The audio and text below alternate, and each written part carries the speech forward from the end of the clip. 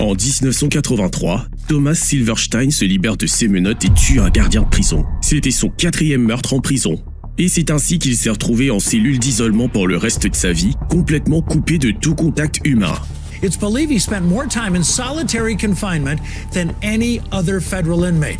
He was in solitary at various prisons since 1983. Voici 10 des détenus les plus redoutés des prisons américaines. Nico Jenkins. En août 2013, Nico Jenkins a affirmé qu'il suivait les conseils d'un ancien dieu serpent, Apophis, lorsqu'il a massacré 4 personnes à Omaha, dans le Nebraska. Mais qu'est-ce qui a déclenché cette chaîne d'événements catastrophiques ? Alors que la plupart des jeunes de 15 ans passent leur temps à jouer à des jeux vidéo, à faire de la planche à roulettes et à passer du temps avec leurs amis, le parcours de Jenkins était nettement différent. Diagnostiqué de maladie mentale à l'âge de 9 ans et s'est retrouvé à purger une peine de 18 ans de prison pour détournement de voiture. Après avoir purgé 10 ans et demi, Jenkins a été libéré, mais sa liberté a été de courte durée. En moins d'1 an, il a commis une autre série de crimes odieux qui l'ont renvoyé derrière les barreaux. Alors, comment tout a commencé ? Le 11 août 2013, vers 5h du matin, un policier a fait une horrible découverte. 2 corps à l'intérieur d'une camionnette garée près de la 18e rue de la rue F. Les corps appartenaient à Juan Uribe Pena et à Jorge Sicarija Ruiz, qui avaient tous deux reçu une balle dans la tête. Il a été révélé plus tard qu'ils avaient été attirés sur place sur le faux prétexte qu'une femme les y rencontrerait. 8 jours plus tard, vers 7h du matin, un employé d'un dépanneur a trouvé le corps de Curtis Bradford devant un garage détaché au 18e et Clark Street. Cette sombre révélation s'est produite à la suite d'un événement troublant. La veille, une photo apparemment innocente de Jenkins et Bradford avait été publiée sur la page Facebook de Jenkins, ajoutant une présence étrange à la situation actuelle. Cette victime était la seule de ces 4 victimes qu'il connaissait personnellement. De plus, ce meurtre a été commis avec l'aide de sa sœur Erika et de sa mère Lisa. Lisa a été accusée d'être complice de l'achat de munitions pour Nico, connaissant ses intentions. Elle a été condamnée à 20 ans de prison tandis qu'Erika a été condamnée à la prison à vie. Le 21 août, la 4e victime, Andrea Kruger, a été retrouvée vers 2h15 du matin par un policier, répondant à un appel de coup de feu. Elle a été découverte allongée sur la route au coin de la 168e rue de Fort Street, avec de multiples blessures par balle au visage, au cou et à l'épaule. La justice a finalement rattrapé Jenkins lorsqu'il a été arrêté pour avoir proféré des menaces terroristes sans rapport avec celles signalées par sa femme. Le 30 août, il a été arrêté et interrogé par la police qui disposait de nombreuses preuves le liant au meurtre. Les enquêteurs ont même eu des images de sa mère achetant des munitions uniques utilisées lors des meurtres dans un magasin d'armes locales. Bien qu'il ait initialement nié toute implication, Jenkins a finalement fait des aveux complets, disant à la police que ses actes étaient des sacrifices pour Apophis. 1 mois plus tard, Jenkins a été accusé de 4 chefs de meurtre. Il a plaidé coupable de tous les chefs d'accusation, déclarant dans des lettres manuscrites qu'il protégerait le royaume d'Apophis avec une brutalité animale et sauvage. Néanmoins, Jenkins a ensuite intenté une action en justice fédérale, réclamant 24,5 millions de dollars pour son arrestation injustifiée. Il a affirmé que ses rapports selon lesquels il entendait des voix avaient été ignorés et que le fait d'être en isolement cellulaire avait aggravé sa schizophrénie. Jenkins a également affirmé que les agents avaient déposé des preuves pour l'incriminer. Nico started a 40-minute statement where he said the judge, prosecutors, defense attorneys, and investigators were biased against him. He claimed the officers planted the evidence to match their theory. Et croyez-le ou non, la personnalité désarticulée de Jenkins s'étend bien au-delà de ce que nous avons déjà mentionné. Fin 2014, Jenkins a gravé une croix gammée de style Charles Manson sur son visage. 1 an plus tard, il a essayé de graver le chiffre 666 sur son front en se regardant dans un miroir, mais le chiffre s'est avéré être à l'envers, c'est-à-dire 999. Il a ensuite tenté de se fendre la langue en deux et a étalé du sang sur toutes les parois de ses cellules. En attendant son procès la même année, Jenkins a tenté de se couper les parties génitales pour tenter de ressembler à l'ancien dieu Apophis. Malgré toutes ces pitreries, une évaluation psychiatrique a révélé que Jenkins simulait ses symptômes. Il prétendait souffrir de schizophrénie, de troubles bipolaires et de COT, mais on lui a seulement diagnostiqué un trouble de la personnalité antisociale. En mai 2017, Jenkins a été condamné à mort par un collège de 3 juges. Actuellement, Nico Jenkins est incarcéré au centre correctionnel du Nebraska en attente de la peine de mort. Robert Hansen. Le 12 janvier 1976, Robert Hansen a prêté serment de faire respecter la loi et de protéger la nation en tant que nouvel agent spécial du FBI. Cependant, au lieu de remplir son devoir, il a fini par devenir l'espion le plus dommageable de l'histoire du FBI. En 1985, Hansen, utilisant le pseudonyme Ramon Garcia avec ses agents russes, a commencé à partager des informations hautement classifiées sur la sécurité nationale avec les Russes en échange de plus de 1,4 million de dollars en espèces, en fonds bancaires et en diamants. En raison de ses positions importantes en matière de contre-espionnage, Hansen avait autorisé l'accès à des informations classifiées. Il a utilisé des communications cryptées, des dead drops et d'autres méthodes secrètes pour transmettre des informations au KGB et à son agence qui lui a succédé, le SVR. Hansen compromised some of the nation's most important intelligence and military secrets, including the identities of dozens of human sources, at least 3 of whom were executed.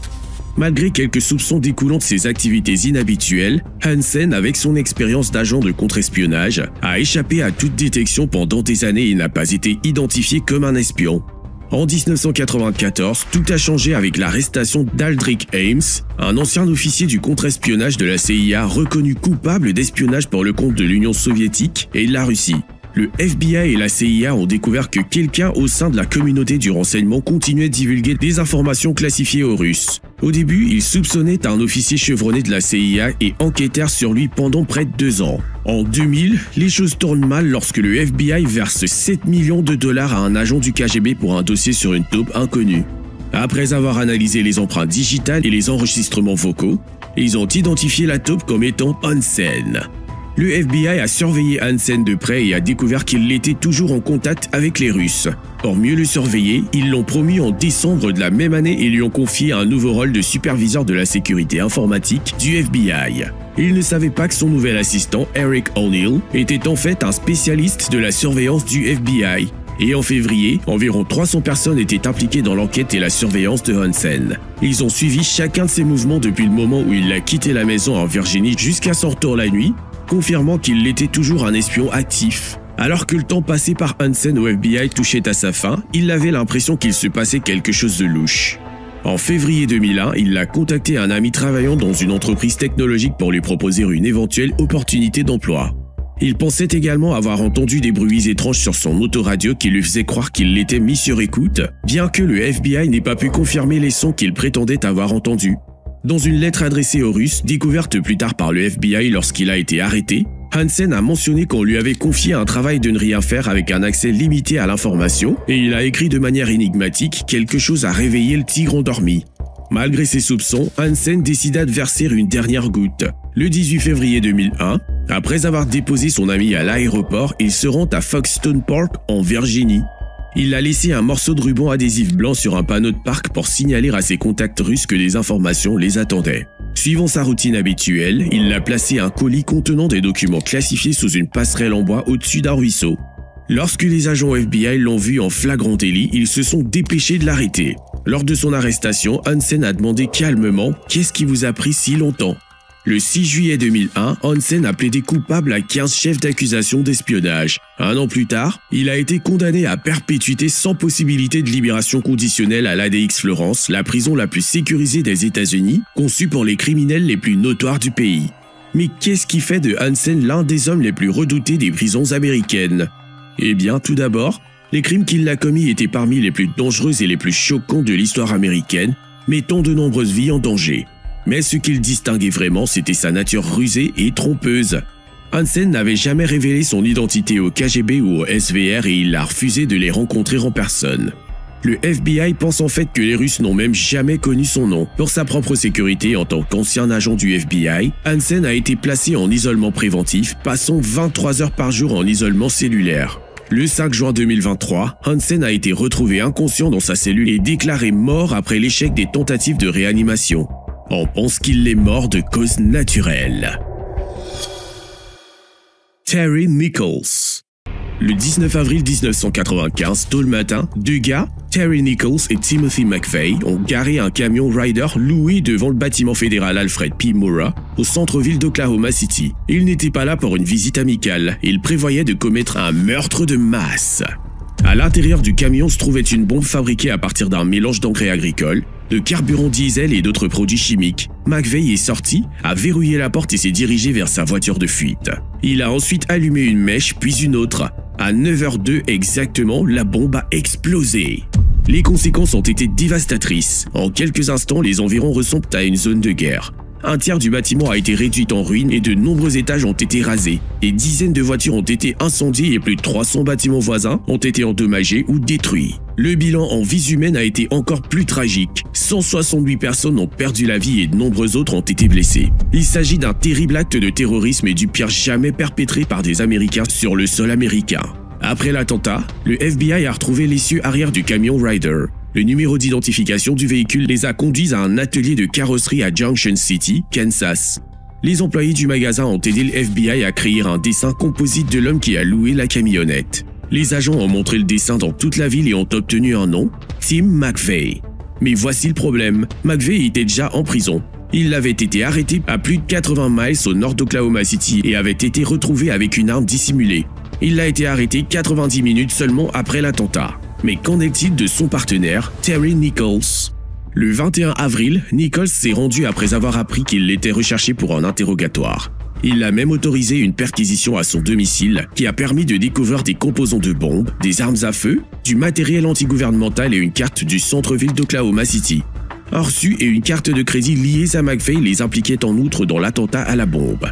Les preuves étaient pour le moins accablantes, mais maintenant, qu'est-ce qui a motivé un ancien soldat de l'armée à commettre un acte aussi terrible? Eh bien, Nichols avait depuis longtemps des opinions antigouvernementales qui n'ont fait que se renforcer avec le temps. Il vivait dans le Michigan où la méfiance à l'égard du gouvernement fédéral était courante. Il a assisté à des réunions de groupes antigouvernementaux, a joué avec des explosifs et est devenu plus radical au fil du temps. Et lorsqu'il a rencontré McVeigh, qui partageait ses convictions, la tragédie était inévitable.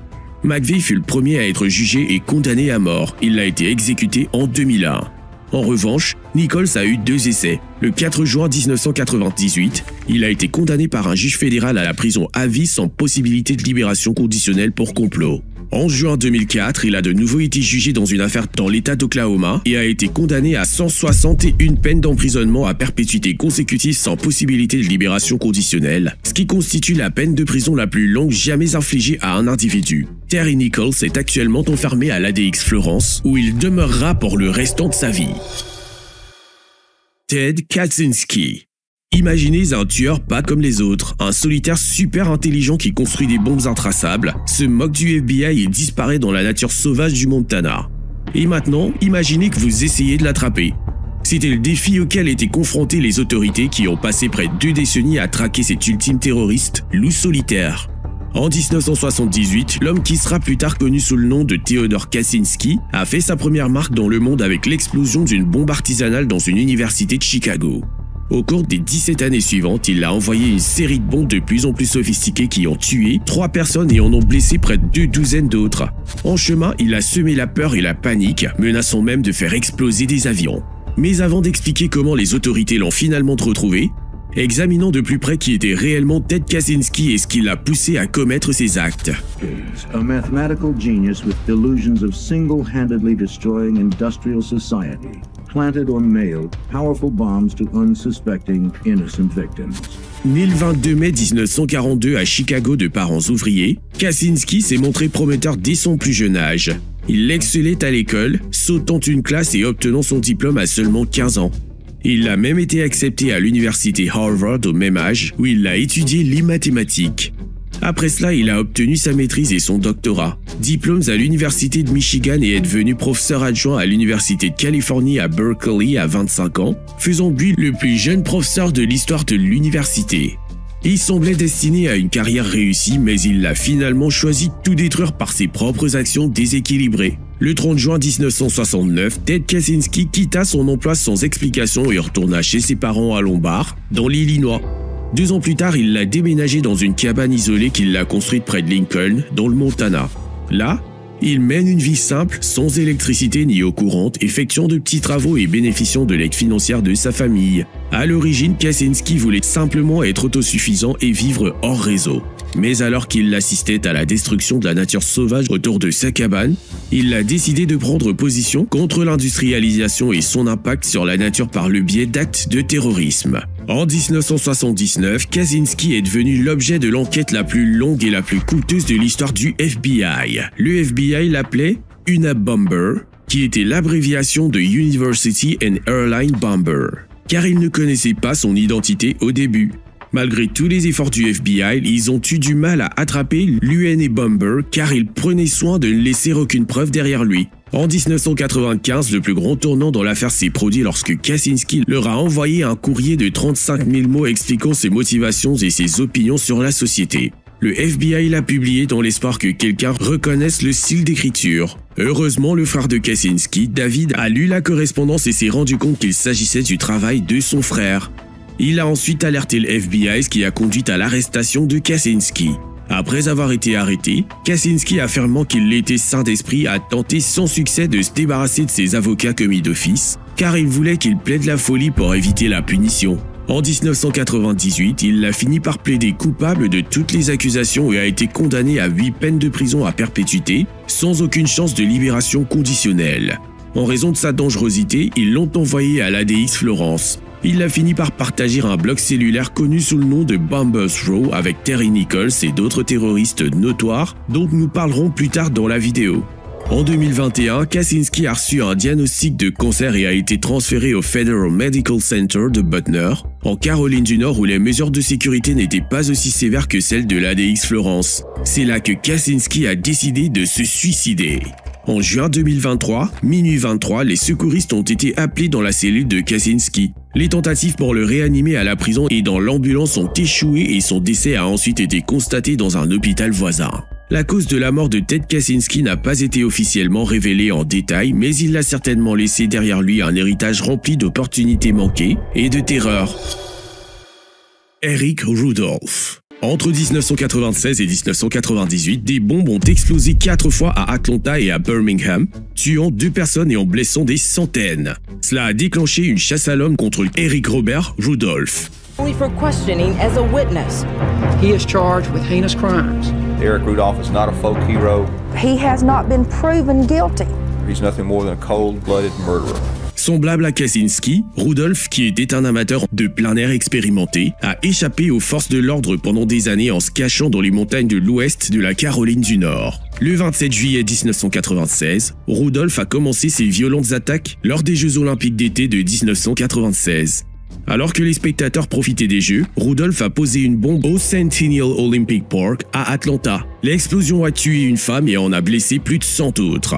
Rudolph a même appelé le 911 à 2 reprises pour avertir de la bombe avant qu'elle n'explose, juste pour narguer les autorités. Au cours des 2 années suivantes, Rudolph a déclenché 2 autres bombes à Atlanta et une à Birmingham, en Alabama. Ces explosions ont fait encore plus de blessés et la mort d'un policier. Les bombes de Rudolph étaient particulièrement cruelles car elles contenaient des clous qui servaient de shrapnels et causaient encore plus de dégâts et de souffrance aux personnes prises dans les explosions. Le 14 février 1998, Rudolph a été identifié pour la première fois comme suspect dans l'attentat à la bombe en Alabama grâce au conseil des témoins Jeffrey Tickle et German Hughes. Ils ont vu Rudolph quitter les lieux et ont noté son apparence et sa plaque d'immatriculation de camion. Il est également soupçonné d'autres incidents survenus à Atlanta et en Alabama. Le 5 mai 1998, Rudolph a été inscrit sur la liste des 10 fugitifs les plus recherchés du FBI.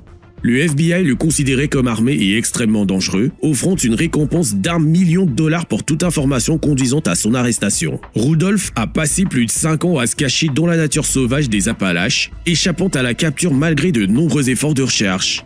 Pendant son temps de fugitif, Rudolph a survécu en campant à la forêt nationale de Nantahala en Caroline du Nord. Il a ramassé des glands et des salamandres, volé des légumes dans les jardins, pris des céréales dans un silo et a même fait une descente dans les bennes à ordures de Murphy en Caroline du Nord.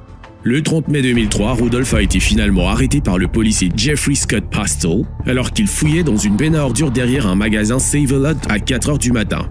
Postel, lors d'une patrouille de routine, a d'abord pensé qu'il était un témoin d'un cambriolage. Après son arrestation, Rudolph a accepté un accord de plaidoyer dans lequel il plaiderait coupable de toutes les accusations en échange d'éviter la peine de mort. Le FBI a découvert 250 livres de dynamite cachés dans les forêts de Caroline du Nord, ce que Rudolph a révélé dans le cadre de son accord de plaidoyer. Après avoir plaidé coupable, Rudolph a publié une déclaration décousue de 11 pages dans laquelle il tentait de justifier ses attentats à la bombe pour approfondir ses convictions antigouvernementales et anti-avortement. Il a déclaré que ses actions étaient motivées par ses convictions personnelles et son désir de s'exprimer contre ce qu'il considérait comme une décadence morale dans la société. Dans sa déclaration, il a également affirmé avoir privé le gouvernement de son objectif de le condamner à mort. Il a également déclaré: Le fait que j'ai conclu un accord avec le gouvernement est purement un choix tactique de ma part et ne légitime en aucun cas l'autorité morale du gouvernement pour juger cette affaire ou imputer ma culpabilité. En 2005, Rudolph a été condamné à 4 peines d'emprisonnement à perpétuité consécutive et transféré à la prison fédérale d'ADX Florence Supermax. Comme les autres détenus de Supermax, il passe 23 heures par jour seul dans sa petite cellule en béton du Bomber Row. Comme nous l'avons mentionné plus tôt, ADX Florence est l'endroit où sont hébergés les prisonniers les plus redoutés, et Bomber Row abrite des détenus encore plus notoires. Le prochain criminel sur notre liste en fait également partie. Ramzi Youssef. Le 26 février 1993, vers 12h17, une explosion massive secoua le bas de Manhattan. L'explosion est partie du parking situé sous le World Trade Center, créant un cratère de près de 100 pieds de haut et de profondeur sur plusieurs étages. 6 personnes ont perdu la vie sur le coup, la fumée et les flammes se propagent rapidement dans tout le bâtiment. Plus d'1 millier de personnes ont été blessées, certaines grièvement avec des membres écrasés. La question qui préoccupait tout le monde était « Qui était derrière cette horrible attaque ?» Né le 27 avril 1968 au Koweït, Ramzi Ahmed Youssef a un père pakistanais et une mère palestinienne. Après avoir étudié l'ingénierie électrique au Royaume-Uni, il s'est rendu au Pakistan pour apprendre à fabriquer des bombes dans un camp d'entraînement terroriste à Peshawar. Youssef s'est ensuite rendu aux États-Unis pour mettre en œuvre ses plans terroristes. Le FBI a découvert plus tard qu'il avait passé 1 an à voyager entre New York et le New Jersey, travaillant avec diverses personnes pour exécuter son sinistre complot et construire la bombe. Il a également été révélé que Youssef avait des liens avec Al-Qaïda. Grâce à son passeport pakistanais, Youssef a réussi à s'échapper des États-Unis quelques heures seulement après l'explosion. On pense qu'il l'a fui vers l'Irak, puis vers le Pakistan. À la suite de l'attentat à la bombe, le FBI a ajouté Youssef au 436e rang sur la liste des fugitifs les plus recherchés. Pendant ce temps, le FBI travaillait dur pour tenter de trouver des pistes dans cette affaire. Dans les décombres, les enquêteurs ont trouvé un numéro d'identification du véhicule sur un morceau d'épave qui semblait détruit de manière suspecte. Le numéro appartenait à une camionnette de location qui avait été déclarée volée la veille de l'attaque. Cela les a conduits chez un extrémiste islamiste nommé Mohamed Salameh qui avait loué le véhicule. Il a été arrêté et un indice en a entraîné un autre, ce qui a permis la capture de 3 autres suspects, Nidal Ayad, Mahmoud Abu Halima et Ahmed Hajjaj. Les 4 hommes ont été jugés, reconnus coupables et condamnés à la prison à vie. Cependant, le cerveau derrière l'attentat à la bombe contre le World Trade Center est toujours en liberté et ne prépare rien de bon. Youssef était occupé à planifier le bombardement de plus de 10 vols internationaux américains. Le 11 décembre 1994, Youssef a mené un essai de son plan en embarquant sur le vol 434 de Philippine Airlines de Manille à Tokyo, au Japon, avec une escale à Cebu. Il a utilisé l'identité d'un Italien nommé Armaldo Forlani. Youssef a fabriqué une bombe dans la salle de bain, a réglé la minuterie pour qu'elle sonne 4 heures plus tard et l'a cachée dans la pochette du gilet de sauvetage sous le siège 26K, sur le côté droit de l'avion. Ensuite, Youssef et 25 autres passagers sont descendus de l'avion à Cebu où 256 passagers et un nouvel équipage ont embarqué pour le voyage vers Tokyo. À environ 1h30 de Tokyo, à 11h43, la bombe explose, tuant un passager et endommageant les systèmes de l'avion. Heureusement, le capitaine a pu effectuer un atterrissage d'urgence, sauvant ainsi tous les passagers à bord. En février 1995, Youssef a finalement été arrêté à Islamabad, au Pakistan, par les autorités pakistanaises et américaines alors qu'il tentait de poser une bombe sur une poupée. Il a ensuite été extradé vers les États-Unis. Lors de son interrogatoire, Youssef a admis que son projet concernant le World Trade Center était encore plus sinistre. Il voulait que la bombe fasse tomber une tour, provoquant ainsi l'effondrement de l'autre. Cette attaque était comme un entraînement pour les événements tragiques du 11 septembre. En fait, l'oncle de Youssef, Khalid Sheikh Mohammed, serait le cerveau derrière les attentats du 11 septembre. Youssef a été condamné à 2 peines d'emprisonnement à perpétuité et à 240 ans de prison pour ses crimes. Il se trouve maintenant à l'ADX Florence, partageant l'unité des bombardiers avec d'autres criminels mentionnés plus tôt dans la vidéo. Michael Swango. Michael était un étudiant de premier plan avec un brillant avenir devant lui. Il a travaillé à temps partiel comme ambulancier tout en poursuivant ses études de médecine, acquérant de l'expérience en neurochirurgie, en médecine d'urgence et en psychiatrie. Cependant, partout où il allait, des choses étranges semblaient se produire. Des collègues tombaient malades, des patients décédaient ou s'en approchaient, et c'était comme si personne ne pouvait l'arrêter. Né à Quincy dans l'Illinois, Swango y a également grandi. Il a excellé au lycée, est devenu major de promotion et a même servi dans le corps des marines, avant de fréquenter la faculté de médecine de la Southern Illinois University. Les problèmes de Swango ont fait surface pendant son séjour au SIU. Bien qu'il fût un étudiant brillant, il était connu pour être paresseux, préférant travailler comme ambulancier plutôt que de se concentrer sur ses études. Et même très jeune, il montrait un étrange intérêt pour les patients mourants. De nombreux patients qu'il a examinés se sont retrouvés dans des situations mettant leur vie en danger et au moins 5 d'entre eux sont décédés. En 1983, malgré une mauvaise évaluation dans la lettre de son doyen du SIU, Swengo a réussi à obtenir un internat chirurgical au centre médical de l'Université d'État de l'Ohio, suivi d'une résidence en neurochirurgie. Cependant, alors qu'elle travaillait dans l'aile de Rhodes Hall, les infirmières ont commencé à remarquer que des patients apparemment en bonne santé mouraient mystérieusement à un rythme alarmant. À chaque fois, Swengo se trouvait être le stagiaire à l'étage. Une infirmière l'a même surpris en train d'injecter des médicaments à un patient qui est ensuite tombé malade. Les infirmières ont fait part de leurs inquiétudes aux administrateurs, mais ont été rejetées parce que paranoïaques. En juillet 1984, Swengo est retourné à Quincy et a commencé à travailler comme technicien médical d'urgence avec le corps d'ambulance du comté d'Adams, bien qu'il ait été licencié d'un autre service d'ambulance pour avoir emmené un patient cardiaque à l'hôpital. Bientôt, de nombreux ambulanciers ont remarqué que chaque fois que Swengo préparait du café ou apportait de la nourriture, plusieurs d'entre eux tombaient gravement malades sans raison apparente. En octobre de la même année, Swengo a été arrêté par le département de police de Quincy après la découverte d'arsenic et d'autres poisons en sa possession. Swengo a été reconnu coupable de coups et blessures aggravées pour avoir empoisonné ses collègues et condamné à 5 ans de prison. 1989, après sa libération, Swengo a changé son nom pour Daniel J. Adams et a tenté de postuler à un programme de résidence au Ohio Valley Medical Center à Wheeling, en Virginie occidentale. En juillet 1992, il a commencé à travailler au centre médical Sanford USD à Sioux Falls. Il a falsifié certains documents juridiques pour se faire passer pour un médecin légitime et un membre respecté de la société. Il a même falsifié une fiche d'information du département correctionnel de l'Illinois pour dissimuler son casier judiciaire. Au lieu d'admettre avoir empoisonné des gens et purgé 5 ans de prison, il a inventé une histoire selon laquelle il s'était battu avec un collègue et n'avait purgé que 6 mois. Swengo semblait bien réussir à Sanford jusqu'à ce qu'il tente de rejoindre l'American Medical Association en octobre. L'AMA a effectué une vérification plus approfondie des antécédents et a découvert sa condamnation pour empoisonnement.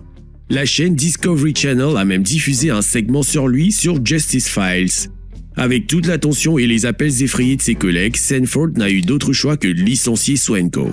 Après avoir été renvoyé de Sanford, Swengo s'est faufilé dans le programme de résidence en psychiatrie de l'Université d'État de New York, à la Stony Brook School of Medicine. Il a commencé à travailler au VA Medical Center de Northport, New York, et une fois de plus, ses patients ont commencé à tomber comme des mouches, sans raison apparente. Puisque le VA était un établissement fédéral, le FBI s'est impliqué après la dernière tuerie de Swengo. Il a disparu pendant un certain temps jusqu'à ce qu'ils apprennent qu'il vivait à Atlanta et travaillait comme chimiste dans les installations de traitement des eaux usées d'une entreprise de matériel informatique. Peu de temps après que le FBI ait informé l'entreprise, Swengo a été licencié pour avoir menti sur sa candidature à un emploi. Le FBI a ensuite obtenu un mandat accusant Swengo d'avoir utilisé de fausses informations d'identification pour accéder à un hôpital VA. Malheureusement, à ce moment-là, Swengo avait déjà fui le pays. En novembre 1994, il s'est rendu au Zimbabwe et a décroché un emploi à l'hôpital Mnene grâce à de faux documents. Une fois de plus, ses patients ont commencé à mourir dans des circonstances mystérieuses. Il a fallu 1 an aux autorités pour établir un lien entre ces décès et il a finalement été arrêté au Zimbabwe. Swengo a été accusé d'empoisonnement, mais il a réussi à s'échapper du Zimbabwe avant son procès et s'est caché en Zambie. 1 an et demi plus tard, il a postulé pour un emploi à l'hôpital royal de Darhan, en Arabie Saoudite, en utilisant un faux CV. En juin 1997, les agents du service de l'immigration et de la naturalisation ont finalement rattrapé Swengo lors d'une escale à l'aéroport international de Chicago O'Hare alors qu'il se dirigeait vers l'Arabie Saoudite. Confrontés à des preuves accablantes de ses actes trompeurs à la perspective d'une enquête approfondie sur son séjour au Zimbabwe, Swengo a plaidé coupable d'avoir fraudé le gouvernement. Il a ensuite été condamné à 3 ans et demi de prison. Pendant son séjour derrière les barreaux, le gouvernement a constitué un dossier complet sur les crimes de Swengo. Le corps de 3 de ses patients ont été exhumés, révélant des traces de substances vénéneuses. Les procureurs ont également découvert qu'il avait paralysé un patient nommé Baron Harris avec une injection, ce qui avait conduit Harris à tomber dans le coma et à décéder. Les preuves ont montré que Swengo avait menti sur la mort de Cynthia Ann McGee, une patiente qui l'avait soignée lors de son internat à l'OSU. Bien qu'elle ait affirmé qu'elle était décédée d'une insuffisance cardiaque, il a été révélé que Swengo avait en fait administré une injection mortelle de potassium. Le 11 juillet 2000, quelques jours seulement avant qu'il ne soit censé sortir de prison pour fraude, les procureurs fédéraux de Long Island ont porté contre Swengo plusieurs accusations supplémentaires. Et ils l'ont accusé de 3 meurtres, d'une agression, d'une fraude postale et de complot en vue de commettre une fraude électronique. Pendant ce temps, les autorités au Zimbabwe ont déclaré qu'il l'avait empoisonné 7 patients, dont 5 sont morts. Swengo a fini par accepter un accord de plaidoyer pour les accusations de meurtre et de fraude. S'il ne l'avait pas fait, il aurait pu être condamné à mort et envoyé au Zimbabwe. Au cours de sa condamnation, les procureurs ont partagé les éléments assez troublants du carnet de Swengo, dans lesquels il expliquait à quel point il était heureux en commettant ces crimes. If you could be face to face with Michael Swango today, what would you say to him? I would ask why. There has to be a reason to do things like this. Swengo a été condamné à 3 peines d'emprisonnement à perpétuité. Il est actuellement enfermé à Alix-Florence car il est considéré comme super dangereux et manipulateur. Larry Hoover. En 1973, le célèbre chef de gang de Chicago, le roi Larry Hoover, fondateur des Gangster Disciples, finit en prison. Beaucoup pensaient que cela marquerait la fin de son règne, mais ce n'était en réalité que le début. Bien qu'il soit derrière les barreaux, King Larry a réussi à recruter de nouveaux membres, à rester en contact avec ses partisans dans la rue et pendant qu'il y était, à promouvoir la non-violence et le service communautaire. Grâce à ces efforts, les Gangster Disciples sont passés à 30 000 membres dans plusieurs États et ont généré plus de 100 millions de dollars de vente de drogue par an. Né le 30 septembre 1950 à Jackson, dans le Mississippi, Larry Hoover a déménagé à Chicago dans l'Illinois où il a rejoint le Supreme Gangsters à 13 ans. Commençant par des délits mineurs comme le vol, Hoover a finalement dégénéré en délits plus violents, notamment des fusillades. Connu pour ses talents de leader, il a pris le contrôle du gang à l'âge de 15 ans et a ensuite formé un super gang comptant environ 1000 membres en formant des alliances avec d'anciens rivaux. À la fin des années 1960, les Gangster Disciples, également connus sous le nom de Black Gangster Disciple Nation, avaient établi une puissante présence. Ils dominaient le trafic de drogue dans le South Side de Chicago, engrangeant des bénéfices de plus de $1000 par jour. Cependant, les activités criminelles et la réputation de Hoover le rattraperaient bientôt. En 1973, Hoover a été condamné à 150 à 200 ans de prison pour avoir ordonné le meurtre d'un dealer nommé William Young. Il semblait que la carrière criminelle de Hoover était terminée, mais il avait d'autres projets. Envoyé au centre correctionnel à la sécurité maximale de Stateville à Crest Hill dans l'Illinois, Larry Hoover s'y est fait un nom, au début, dans le bon sens. Non seulement il a protégé les autres détenus, mais il a également impressionné le personnel pénitentiaire en maîtrisant la violence. Les gardes étaient heureux de voir moins de combats et d'émeutes et considéraient Hoover comme une influence positive sur les prisonniers. Cependant, dans les coulisses, Hoover recrutait des détenus pour rejoindre son gang et restait en contact avec les membres du gang à l'extérieur. Il a également poussé ses partisans à progresser dans le monde comme ils le pouvaient. Il a rendu l'éducation obligatoire pour tous ses disciples en leur disant « Allez à l'école, apprenez les métiers et développez des talents et des compétences afin que nous devenions plus forts dans la société. » King Larry Hoover a transformé son gang en un autre type d'organisation. Il a lancé une ligne de vêtements, mené des manifestations pacifiques et a même encouragé ses membres à se présenter aux élections.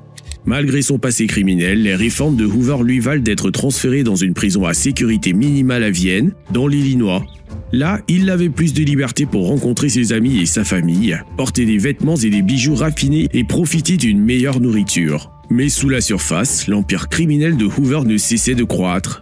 Au début des années 1990, alors qu'il demandait une libération conditionnelle, Hoover dirigeait en réalité un immense empire de la drogue comptant environ 30 000 membres. Les Gangster Disciples s'étaient étendus bien au-delà de Chicago, avec des membres dans plusieurs États, notamment dans le Midwest et le Sud-Est.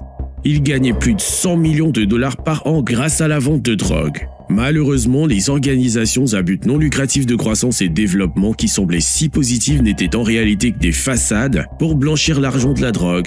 En 1995, un raid massif contre les Gangster Disciples aboutit à l'arrestation de 22 membres, dont Hoover, qui fut de nouveau arrêté en prison. Le raid, baptisé Opération Headache, a impliqué plus de 250 autorités et fait suite à une enquête secrète de 5 ans. Certaines autorités, devenues méfiantes à l'égard de la prétendue réhabilitation de Hoover, l'ont donc mis sur écoute en prison, ont recherché des informateurs et fouillé des bureaux liés. Ils ont conclu que le Gangster Disciples opérait toujours comme une entreprise criminelle.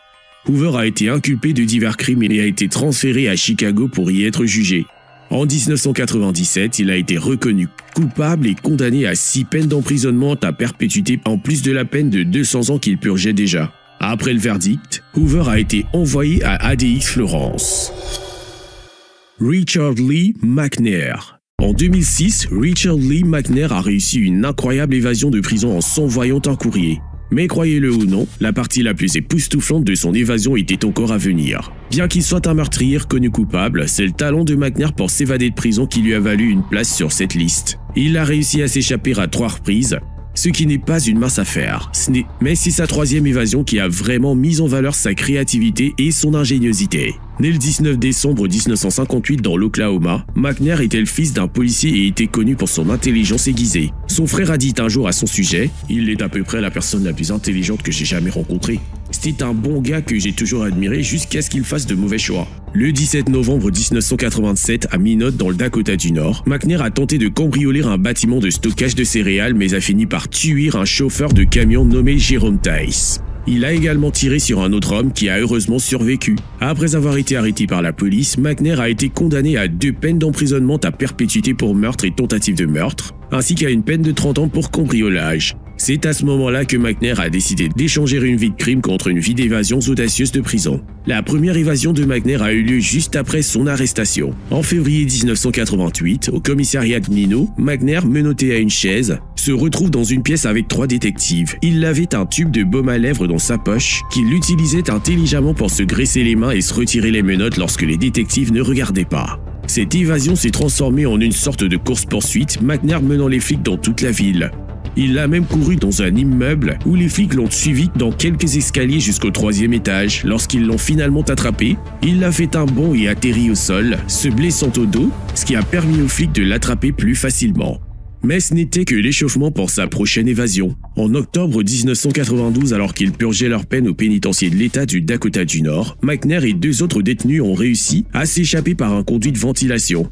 Cette fois, il est resté en fuite pendant un certain temps et n'a été attrapé qu'en juillet de l'année suivante. Après cela, McNair a été envoyé dans une prison fédérale de haute sécurité en Louisiane.